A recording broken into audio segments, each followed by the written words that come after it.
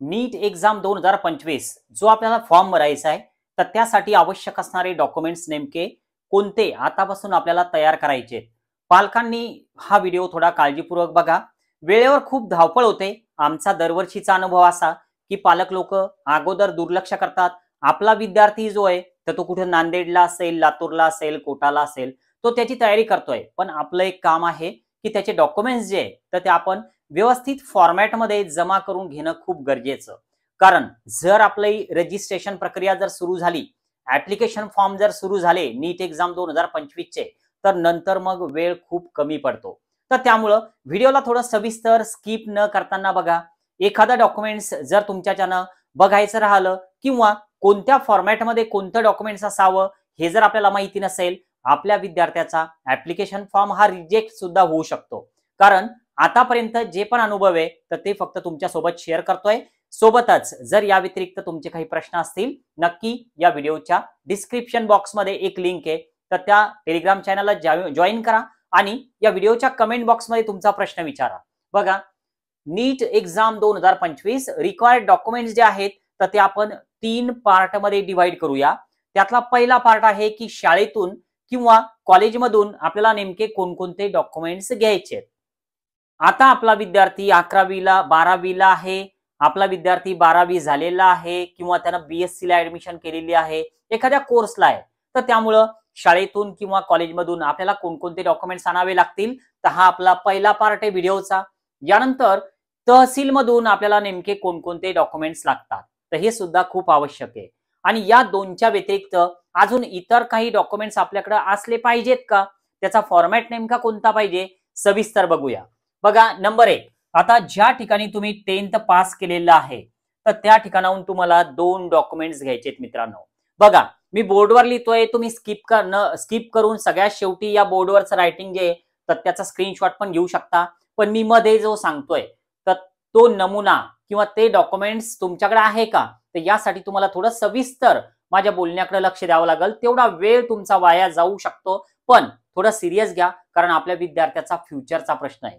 बघा, 10th मधून ज्या ठिकाणाहून आपला विद्यार्थी 10वी झालेला आहे तर त्या ठिकाणाहून तुम्हाला 2 प्रकारचे डॉक्युमेंट्स दिले गेलेले असतील. बघा, जर तुमचा स्टेट बोर्ड असेल तर तुम्हाला 2 प्रकारच्या डॉक्युमेंटची आवश्यकता असते. एक म्हणजे आपल्याला पाहिजे मार्कशीट. ओके, तर ही मार्कशीट नेमकी कोणती, तर आपल्या विद्यार्थ्यानं ज्या ठिकाणाहून समजा 10वी केलेली आहे स्टेट बोर्ड मधून, तर त्या शाळेमध्ये आपल्याला 10वीची मार्कशीट मिळालेली असेल आणि ही तुम्ही घेतलेली सुद्धा असेल. पण फॉर्म भरताना अडचण कुठे येते, तर विद्यार्थ्याकडे फक्त एकच मार्कशीट असते, पण या व्यतिरिक्त अजून एक पासिंग सर्टिफिकेट सुद्धा 10वीचं आपल्याला मिळतं. ठीक आहे, आता हे पासिंग सर्टिफिकेट जे आहे तर हे नेमकं आपल्याकडे आहे का, तर हे आपण कसं ओळखायचं की आपल्याकडे पासिंग सर्टिफिकेट आहे का. तर बघा, तुम्हाला स्क्रीनवर 2 प्रकारचे फॉर्मॅट दिसतात. एक आहे मार्कशीट आणि दुसरा आहे पासिंग सर्टिफिकेट. दोन्हीचे कलर वेगवेगळे दिसतात आणि सोबतच बघा, एका ठिकाणी मार्कशीट लिहिलेलं आहे आणि एका ठिकाणी सर्टिफिकेट लिहिलेलं आहे. तर हे दोन्ही सुद्धा तुमच्या फाईलला असलेच पाहिजे. जर यापैकी एखादं नसेल तर एकदा शाळेमध्ये व्हिजिट करा, त्यांच्याकडून तुम्ही ते घेतलेलं आहे का त्याची खात्री करा. जर तुम्ही शाळेतून घेतलेलं असेल तर एखाद्या वेळेस ते जर हरवलं असेल तर तुम्हाला आतापासून ते परत एकदा काढण्याची तयारी करावी लागणार आहेच. ओके, तर त्यामुळं 2 प्रकारच्या मार्कशीट, जर तुम्ही स्टेट बोर्ड मध्ये असाल तर एक मार्कशीट आणि एक पासिंग सर्टिफिकेट. याला बऱ्याच ठिकाणी सनद म्हणतात, काही ठिकाणी याला बोर्ड सर्टिफिकेट सुद्धा म्हटले जातं. ठीक आहे, जे स्क्रीनवर दिसतंय ते सनद किंवा बोर्ड सर्टिफिकेट किंवा पासिंग सर्टिफिकेट, तिन्ही पण जे प्रमाणपत्र आहे तर ते एकच असतात. ठीक आहे, आता यानंतर 10वी ज्यांची CBSE ला झालेली आहे तर त्यांनी फक्त एकच त्यांना मिळते, म्हणजे तेच मार्कशीट कम पासिंग सर्टिफिकेट तेच असतं. हे फक्त स्टेट बोर्ड वाल्यांसाठी आहे, लक्षात घ्या. ओके, तर हे शाळेतून मिळणारं आपलं पहिलं डॉक्युमेंट्स की ज्यामध्ये 2 गोष्टी कव्हर झाल्या. आता यानंतर ज्यावेळेस तुम्ही 10वी पास झालात तर तुम्ही 11वीला ऍडमिशन घेतलेली आहे. हे आहे 10th स्टँडर्ड, हे आहे 11th. आता ज्यावेळेस तुम्ही 11वीला ऍडमिशन घेतली, 11वी पास झालात, तर 11वीच्या कॉलेजवाल्यांनी तुम्हाला मार्कशीट दिलेली असेल, तर ती मार्कशीट एकदा नक्की चेक करा तुमच्या फाईलला ही 11वीची मार्कशीट आहे का. आणि जर नसेल तर तुमचं काम आहे सध्या की आपल्या विद्यार्थ्याच्या त्या कॉलेजमध्ये जा आणि तिथनं 11वीची मार्कशीट मिळवा. 11वीच्या मार्कशीटवर तुमचा रोल नंबर असतो, त्यानंतर सगळं मार्क्सचं स्टेटमेंट असतं. ओके, तर ही 11वीची मार्कशीट आपल्याला फॉर्म भरताना उपयोगात येणार. मागच्या वर्षी खूप अडचणी आल्या, वेळेवर विद्यार्थ्यांजवळ मार्कशीट नव्हती, मग कॉलेजला जावं लागलं. त्या 2-3 दिवसांमध्ये जर सुट्टी असेल तर कॉलेजकडनं ते सगळं नाकारण्यात आलं की आता सध्या बनवल्या जाऊ शकत नाही. आणि अशातच जर काही वेबसाईटचे प्रॉब्लेम आले, बऱ्याच गोष्टी असतात, अडचणी निर्माण होतात. पण आतापासून थोडी तयारी ठेवा, आपल्याला 11वीची मार्कशीट गरजेची आहे. आता यानंतर शालेय डॉक्युमेंट्स मध्ये 12th स्टँडर्ड मधून आपल्याला काय काय घ्यायचंय. आता बघा, यामध्ये 2 टाईपचे विद्यार्थी येतात. एक म्हणजे आता सध्या 12वीला असणारे आणि दुसरा प्रकार म्हणजे अगोदर 12वी झालेले.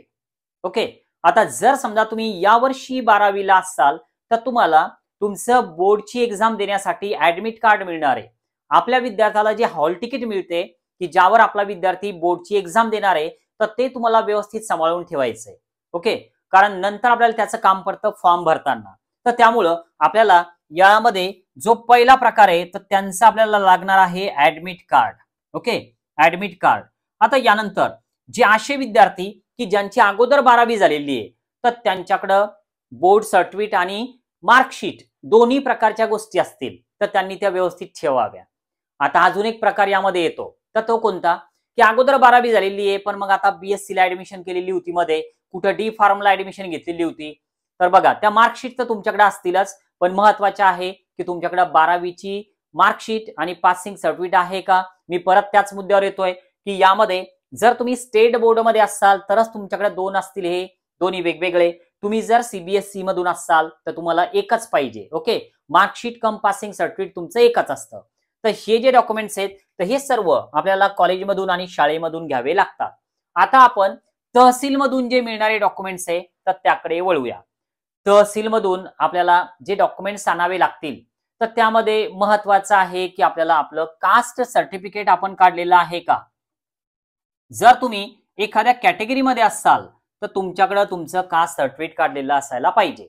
आता सोबतच तुम्ही व्हॅलिडिटी, अगोदरचे जर विद्यार्थी असाल तर तुमच्याकडे व्हॅलिडिटी असेल, आणि जर समजा यावर्षीच तुम्ही कास्ट काढलेली असेल, यावर्षी तुमची 12वी सुरू असेल तर नक्कीच तुम्ही तुमचा जो प्रस्ताव आहे तर ते व्हॅलिडिटी सह ते सगळं तिकडे पाठवलेलं असेल, तुम्ही व्हॅलिडिटीसाठी कास्ट सर्टिफिकेट सह. ओके, तर त्यामुळे ते येणारच आहे. आता कास्ट सर्टिफिकेट तुमचं असणं गरजेचं आहे. फॉर्म भरताना नेमकं कोणतं कास्ट सर्टिफिकेट लागते, तर हा महत्वाचा प्रश्न आहे की सर आपण सेंट्रलचं पाहिजे की स्टेटचं पाहिजे. बघा, दोन्ही प्रकारचे कास्ट सर्टिफिकेट तुम्हाला काढून ठेवायचे.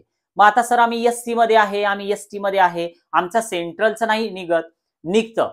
मागच्या वर्षी आम्ही काउन्सिलिंग केलं, आम्ही जवळपास 2020-21 पासून सतत या काउन्सिलिंग प्रक्रियेमध्ये आहोत. आमची सगळी टीम, आमच्याकडं जे पण विद्यार्थी होते मागच्या वर्षी SC आणि ST कॅटेगरीवाले ज्यांना पण आवश्यकता होती तर त्यांनी सर्वांनी सेंट्रलचं कास्ट काढून ठेवलेलं होतं. तर त्यामुळं SC असो ST असो सेंट्रल कास्ट निघतं.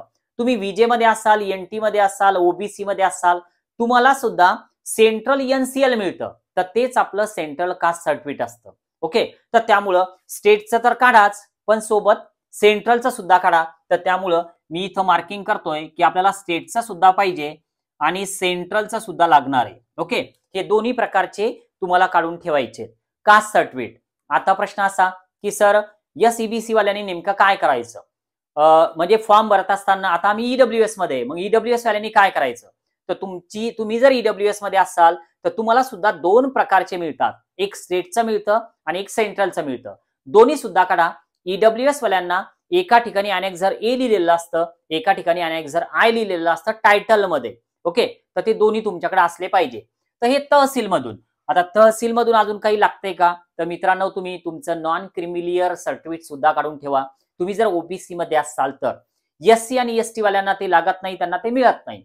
पण तुम्ही जर OBC मध्ये असाल, VJ मध्ये असाल, NT मध्ये असाल तर तुम्हाला NCL नॉन क्रिमिलियर सर्टिफिकेट तुम्ही जर मागच्या वर्षी काढलेलं असेल तर त्यावर व्हॅलिडिटी चेक करून घ्या की ते कोणत्या वर्षापर्यंत व्हॅलिड आहे, कारण ते 3 वर्ष व्हॅलिड असतं.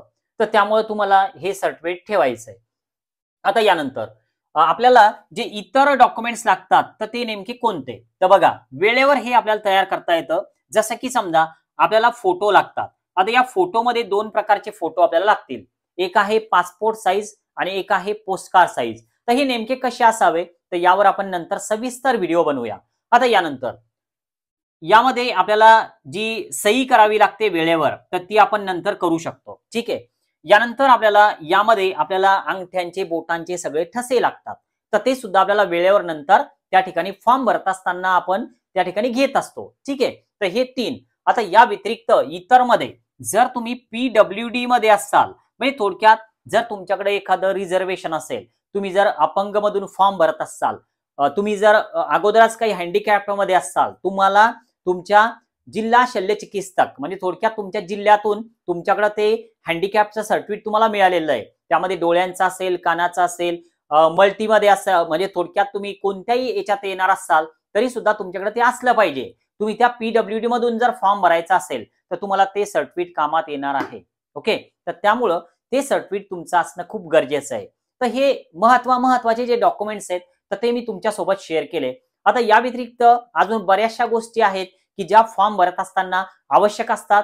तर ते आपण अजून एका नेक्स्ट व्हिडिओमध्ये सविस्तर बघूया की फॉर्म भरत असताना स्टेप बाय स्टेप आपल्याला काय काय लागणार आणि कोणकोणत्या गोष्टी त्या ठिकाणी अपलोड करायच्या आहेत, किती KB मध्ये असतात, त्याचा फॉर्मॅट अजून काही वेगळा असतो का, काही आपलं अजून काही बनवायचंय राहिलंय का. तर यासाठी तुम्हाला जिजाऊ अकॅडमीला सबस्क्राईब नक्की करायचंय आणि आम्ही पेड मेंबर्स जे 2025 चे आहेत तर ते आतापासून घेणं सुरू केलंय. कारण काय तर आतापासून तुम्हाला सगळं गायडन्स अगदी तुमची ऍडमिशन प्रक्रिया संपेपर्यंत केलं जातं.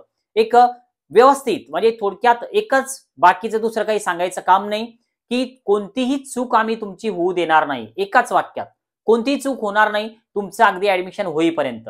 बस एवढंच. आज आपण या ठिकाणी थांबूया. बाय.